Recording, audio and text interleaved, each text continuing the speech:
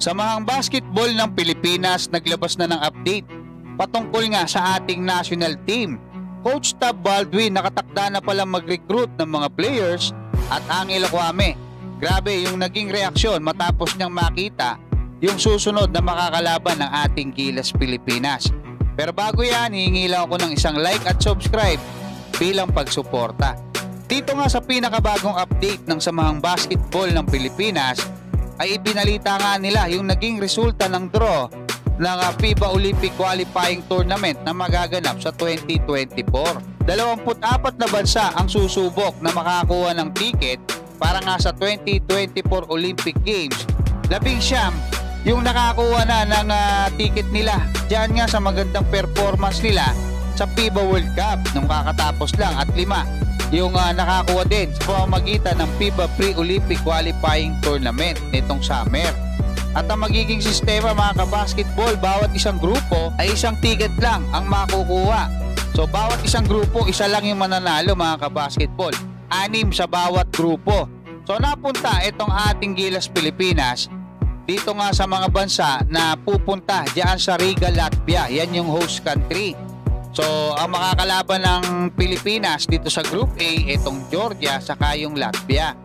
Ngayon mga kabasketball, meron ding Group B. Nandiyan yung Brazil, yung Cameroon saka Montenegro. Yung number 1 dito sa Group A, kakalabanin yung magiging number 2 sa Group B.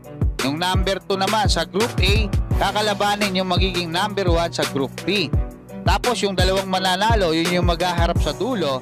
At syempre yung magwawagi, siya yung makakapag-uwi nung nag-iisang ticket. So ganyan yung format nila mga kabasketball. Magaganap yung laban ng ating Gilas Pilipinas sa July 3 kontra nga sa Latvia at July 4 naman kontra nga dyan sa Georgia. So sana maging maganda yung performance ng ating Gilas Pilipinas at matindi yung naging reaksyon netong si Angelo Kwame matapos niyang makita na napadpad tayo sa European team. Kasi nga itong si Angelo Kwame ay naglalaro diyan nga sa Europe. At kung tatanungin niyo ako mga kabasketball kung sino yung naturalized player na most likely ay kukunin itong ating Gilas Pilipinas, sa palagay ko mga kabasketball, itong si Angelo Kwame. Kasi kailangan natin lang laki diyan at the same time yung experience ni Angelo Kwame kahit nga sa practice maisishare niya yan sa ating national team.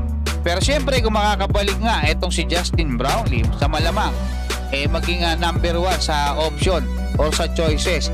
Sa ibang balita, matapos ngang aminin ni Coach Tab Baldwin na in-approach niya nga yung mga teams na nag-offer sa kanya sa iba't ibang mga bansa, ay nilinaw nito na hindi pa siya aalis dyan nga sa Ateneo dahil meron pa siyang 1 taong kontrata. At naka-schedule pala siya para nga mag-recruit dyan sa Amerika. Magpapahinga lang siya saglit at pupunta siya sa Amerika kasama nga yung team manager ng Ateneo para nga mag-recruit ng players, siyempre mga bagong players. At patungkol naman sa ating Gilas Pilipinas, alam nyo mga kabasketball, ang may pinakamalaking tsansa na mag-coach ng ating national team dyan nga sa darating na February ay etong si Coach Tab Baldwin, especially kapag ongoing pa rin talaga itong PBA, no? Kung hindi sila mag-giveaway.